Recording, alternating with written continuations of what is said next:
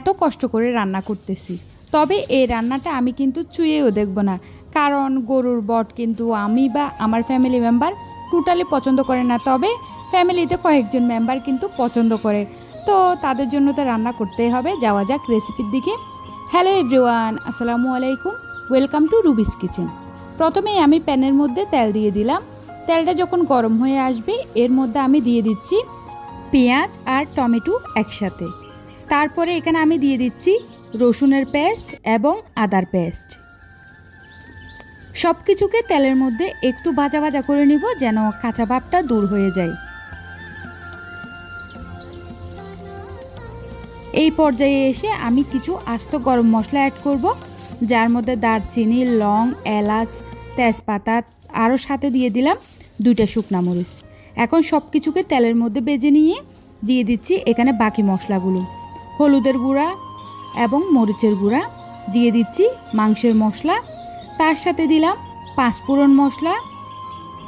এখন দিয়ে দিচ্ছি ভাজা জিরার গুঁড়া, দিয়ে দিচ্ছি স্বাদ অনুযায়ী লবণ।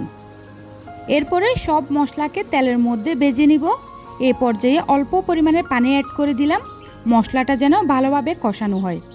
মশলাটা কষাতে কষাতে যখন উপর দিয়ে তেলটা বেশি আসবে, এরপরে দিয়ে আমি এখন বটগুলো দিয়ে দিচ্ছি। বটগুলো আম্মু প্রথমেই পরিষ্কার করে ফ্রিজে রেখে দিয়েছিল, তো সেই হিসেবে রান্না করতে আমার কিন্তু খুব একটা ঝামেলাও হয় নাই। আপনারা যারা বট খান তারা তো জানেনই, বট পরিষ্কার করতেই কিন্তু একেবারে প্রফেশনাল হওয়া লাগে বললেই চলে।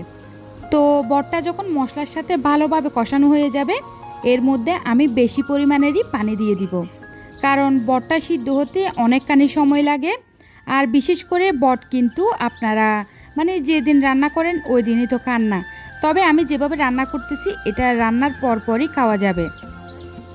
এদিক দিয়ে পানি দিয়ে ভালোভাবে একটু নেড়ে চেড়ে দিয়ে আমি ডেকে রান্না করব। এই পর্যায়ে রান্নাটা চুলার আঁচ একেবারে লো ফ্লেমে রেখেই আমি গড়ি ধরা 1 ঘন্টা রান্না করে নিয়েছি। 1 ঘন্টা পরেই এখানে দিয়ে দিলাম পেঁয়াজের বেরেস্তা এবং তেল। বিশ্বাস করবেন, লাস্ট পর্যায়ে এসে যখন এটা দিই একেবারে রান্নার লুকটাই চেঞ্জ হয়ে যায়। জানি না আপনারা কে কিভাবে বট রান্না করেন, তবে এইভাবে রান্না করে দেওয়াতে যেই খেয়েছে, বিশেষ করে আমার হাজব্যান্ড ট্রাই করছিল, সে বলছে খুবই মজা হয়েছিল। দিয়ে দিলাম এখানে কিছু ভাজা জিরার গুঁড়া। এরপরে আমি লাস্টের দিকে অ্যাড করে নিচ্ছি ধনেপাতা, একেবারে কুচি কুচি করে কেটে দিলাম, যেন রান্নাটা একেবারে খুবই ফ্লেভারফুল হয়। বিশেষ করে আমি ধনেপাতাটা দিই তার কারণ হচ্ছে বট থেকে একটা ব্যাড স্মেল পাওয়া যায়, যেটা কিনা আমার খুবই অপছন্দ বললেই চলে। ব্যাস, এখন আমার রান্না শেষ, একেবারে ফাইনাল লুকটা কিন্তু দারুণ আসছে।